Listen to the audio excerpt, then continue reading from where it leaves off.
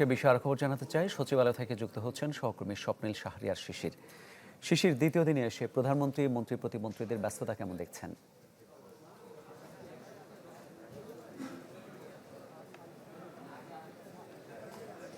মামুন, কিছুক্ষণ আগে অর্থাৎ একটার দিকে ফ্যামিলি কার্ড নিয়ে যে আন্তঃমন্ত্রণালয় সভা ছিল প্রধানমন্ত্রী তারেক রহমানের সভাপতিত্বে মন্ত্রিপরিষদ ভবনে এই বৈঠকটি অনুষ্ঠিত হয়েছে। সেটি শেষ হয়েছে একটার দিকে এবং এই আন্তঃমন্ত্রণালয় বৈঠকটি শেষ হওয়ার পরে বিভিন্ন মন্ত্রণালয়ের যারা দায়িত্বপ্রাপ্ত মন্ত্রী রয়েছেন তাদের কয়েকজনের সাথে আমাদের কথা হয়েছে। যেমন আমি বলতে পারি বন ও পরিবেশ মন্ত্রী আব্দুল আল মিন্টু, তিনি আমাদেরকে যেটি জানিয়েছেন যে কালার এক্সপার্ট এবং ডার্ক স্যাপ সমৃদ্ধ অরিক্স অ্যাডভান্স ডিটারজেন্ট পাউডার আপনার লন্ড্রি এক্সপার্ট।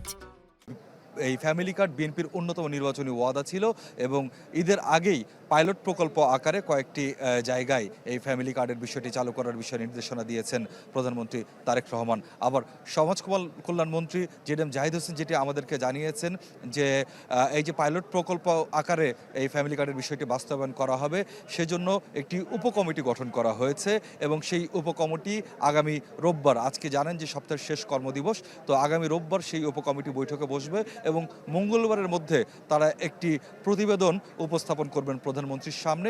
সেই প্রতিবেদনে উল্লেখ থাকবে যে গৃহকর্ত্রীদের যে আর্থিক সহায়তা দেওয়া হবে সেই আর্থিক সহায়তার পরিমাণটি কত হবে এবং প্রধানমন্ত্রীর অনুমোদনের পরেই সেই সহায়তা কিন্তু ফ্যামিলি কার্ডের মাধ্যমে যারা গৃহকর্ত্রী রয়েছেন তাদের কাছে পৌঁছে দেওয়া হবে। এবং সমাজ কল্যাণ মন্ত্রী এটিও আমাদেরকে জানিয়েছেন যে যেভাবে তারা যে গতিতে তারা এগোতে চাচ্ছেন, এতে 3 থেকে 6 মাসের মধ্যে 50% যে কাভারেজ, সেই তার চেয়েও বেশি কাভারেজ দেওয়া সম্ভব হবে বলে তারা প্রত্যাশার কথা জানিয়েছেন। এবং আমরা জানতে চেয়েছিলাম অনুমান ভিত্তিকভাবেও হলেও যদি আমাদেরকে বলা সম্ভব হয় কতটা হতে পারে ফ্যামিলি কার্ডের অর্থের পরিমাণ, সেক্ষেত্রে সমাজ কল্যাণ মন্ত্রী আমাদেরকে যেটি জানিয়েছেন যে বর্তমানে যে সমস্ত ভাতা প্রচলিত রয়েছে তার চেয়েও অন্তত দ্বিগুণ হবে এই ভাতা, সেটি কিন্তু আমাদেরকে সমাজ কল্যাণ মন্ত্রী জানিয়েছেন।